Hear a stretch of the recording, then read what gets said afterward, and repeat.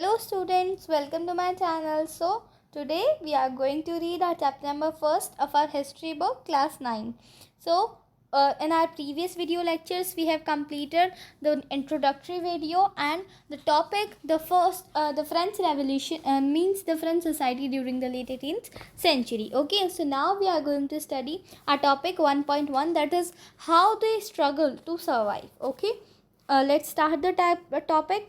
The population of France rose from about 23 million in 1715 to 28 million in 1799. तो अभी तक हमने देखा कि कैसे उन सबको टैक्स पे करना था, कैसे सब क्या हो रहा था लुई 16 के अंडर, उन्होंने क्या सब किया. ठीक है, उससे पहले हम देख रहा था इंट्रोडक्शन इस चैप्टर का. ठीक है, पर अब देखो जैसे जैसे टैक्सेस पे करना था, मतलब काफ़ी चीज़ें एक साथ हो रही थी. फूड पॉपुलेशन इतनी इंक्रीज़ हो गई. आपने देखा कि देखो 23 मिलियन से अगर आप देखो तो 1715 में कितनी पॉपुलेशन थी, 23 मिलियन. ठीक है, 23 मिलियन से वो कितनी इंक्रीज़ हो गई, देखो 28 मिलियन तक कितनी इंक्रीज़ हो गई, 28 मिलियन तक. अब 28 मिलियन इंक्रीज़ हो गई तो देखो इससे इंक्रीज़ होने से क्या होगा, काफ़ी चीज़ों की नीड होती है कि नहीं. Like this led to a rapid increase in demand of food grain. सबसे पहला और ज़रूरी चीज़ क्या होती है कि खाने की नीड होती है हमें, तो खाने की नीड होगी तो प्रोडक्शन ऑफ फूड ग्रेन्स भी इंक्रीज़ होगा. बट क्या था, production of grains could not keep pace with the demand.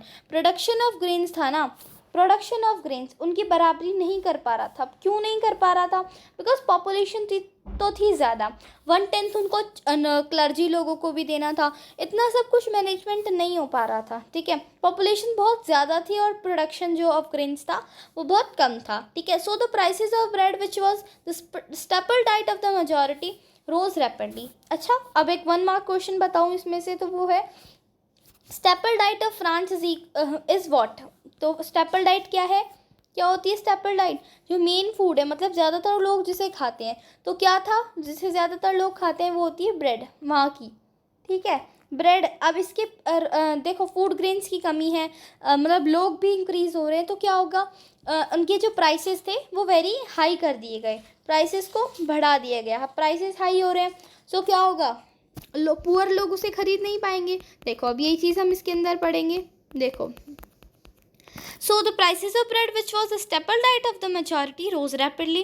ठीक है, वो बढ़ गई थी. अब क्या था, most workers were employed as labourers in the workshops who owned owner fixed their wages. अच्छा, जो लोग एम्प्लॉयर्स थे यानी कि जो लेबरर्स थे उनकी जो वेजेस थी ना वो बिल्कुल फिक्स कर दी गई. ठीक है, but wages did not keep pace with the rise in prices. अब देखो क्या था, वेजेस इतनी कम और मिनिमम उस पर सेट कर दी गई, उस पर फिक्स कर दी गई कि जो वेजेस थी ना वो राइज इन प्राइजेस पे वो भी उनकी पेस नहीं कर पा रही थी, यानी कि वो भी उनकी बराबरी नहीं कर पा रही थी. ठीक है, मतलब सारी चीज़ काफ़ी चीज़ें अनबैलेंस हो गई थी, कुछ भी एक सिस्टमैटिक वे से नहीं हो रहा था वहाँ पे. ठीक है, so the gap between the poor and the rich widened. मैंने पिछली वीडियो में भी ये बात बोली थी कि ये जो डिस्क्रिमिनेशन था, ये जो मतलब एक्टिविटीज़ हो रही थी वहाँ पे कि कैसे फूड के प्राइसेस हाई कर दिए, थर्ड स्टेट के लोगों को ही टैक्स पे करना था, वो सब क्या कर रहा था, वो gap between the poor and the richer उसको इंक्रीज़ कर रहा था. ठीक है, अब इंक्रीज़ करने से क्या हो रहा था, देखो इंक्रीज करने से क्या हो रहा था, the things become worse whenever drought और हेल रिड्यूस द हार्वेस्ट. जो मतलब कंडीशंस थी ना वो और भी ज़्यादा वर्स्ट होती जा रही थी. क्यों, क्योंकि अगर मान लो या तो कभी सूखा पड़ गया, क्या हो गया, या तो कभी सूखा पड़ गया या फिर ज़्यादा बारिश या ज़्यादा सर्दी हो गई, हेल हो गई, तो क्या होता था, वो हार्वेस्ट को बिल्कुल ख़त्म कर देती थी, यानी कि जो फसलें थी वो बिल्कुल ख़त्म हो जाती थी. तो फूड ग्रेन्स तो कहाँ से ही आएंगी. ठीक है, this led to a subsistence crisis, something that occurred frequently in France during the old regime. अभी ओल्ड रिगाइम के बारे में हमने पिछले वीडियो लेक्चर में समझा था क्या, कि a time period use to describe the society और इंस्टीट्यूशन ऑफ फ्रांस बिफोर 1789. कौन सी सन से पहले की बात करता थी ओल्ड रिगाइम, 1789 से पहले की. ठीक है, अब सब्सिस्टेंस क्राइसिस यही हमारा मेन टॉपिक होने वाला है अगला. इसे ही हम इसी वीडियो में कवर अप करेंगे बिकॉज ये बहुत ही छोटे टॉपिक्स है, अलग अलग वीडियो तो क्या ही बनाएं. ठीक है, तो सब्सिस्टेंस क्राइसिस क्या है, यहाँ पे हमें डेफिनेशन भी गिवन है बट ये बहुत ही शॉर्ट तरीके से गिवन है. अब इसके नेक्स्ट सेशन में यानी कि नेक्स्ट जो टॉपिक होने वाला है उसमें ही हम देखेंगे कि कैसे सब सबसिस्टेंस क्राइसिस का मतलब एक्शन हो रहा था, ठीक है। तो अब एक बार इसकी डेफिनेशन देख लेते हैं। Subsistence crisis an extreme situation where the basic means of livelihood are endangered, यानी कि ऐसा एक्सट्रीम सिचुएशन आ जाना जब लाइवलीहुड जो है बिल्कुल एंडेंजर्ड हो जाए। एंडेंजर्ड मतलब ख़त्म होने की सीमा पे आ जाए, ठीक है, लाइवलीहुड। आगे बात समझ में। So let's move on to the next topic. So देखो, अब हमारा टॉपिक है how does a subsistence crisis happen. Subsistence crisis हुआ कैसे, इसके क्या रीजंस थे, ठीक है। अभी तक जो हमने पढ़ा हम उसी की बस एक टेबल फॉर्मेट में से समझने वाले। सो मैंने यहाँ पे कैमरा ओपन कर दिया जिसके अंदर मैंने इस टेबल को फिल करके आंसर्स लिखे हुए हैं, ठीक है। तो मैं आप कहोगे तो मैं स्क्रीन पर भी लिख दूंगी, नो प्रॉब्लम, बट इस पर भी मैंने लिखा हुआ है बिकॉज ये हेल्प करेगा आप लोगों को अंडरस्टैंड करने में ईजीली, ठीक है। तो देखो, अब क्या हो रहा था, बैड हार्वेस्ट। क्या हो रहा था, बैड हार्वेस्ट। बैड हार्वेस्ट हो रहा था, तो देखो बैड हार्वेस्ट क्यों हो रहा था, सबसे पहले ये समझो। बैड हार्वेस्ट इसलिए हो रहा था बिकॉज ड्रॉट और हेल के कारण क्या होता था, प्रॉपरली जो हार्वेस्टिंग है वो हो नहीं पाती थी। अच्छा, अब बैड हार्वेस्ट हो रहा है तो स्कैरसिटी ऑफ ग्रेन हो रही है, ठीक है। एक बार इसके स्क्रीनशॉट ले लो आप सभी लोग, फिर मैं इसको कैमरे को ऑफ कर दूँ ताकि मैं आपको स्क्रीन पर इसे अच्छे से क्लियरली समझा सकूँ। ओके, ठीक है। तो देखो, बैड हार्वेस्ट था, बैड हार्वेस्ट की वजह से क्या हो रहा था, स्कैरसिटी ऑफ ग्रेन। सीधी सी समझ की बात है कि भाई खाने की कमी हो रही थी। अगर उगेगा ही नहीं तो आप खाओगे क्या, तो इसे लिख लो आप लोग, स्कैरसिटी ऑफ ग्रेन, ठीक है।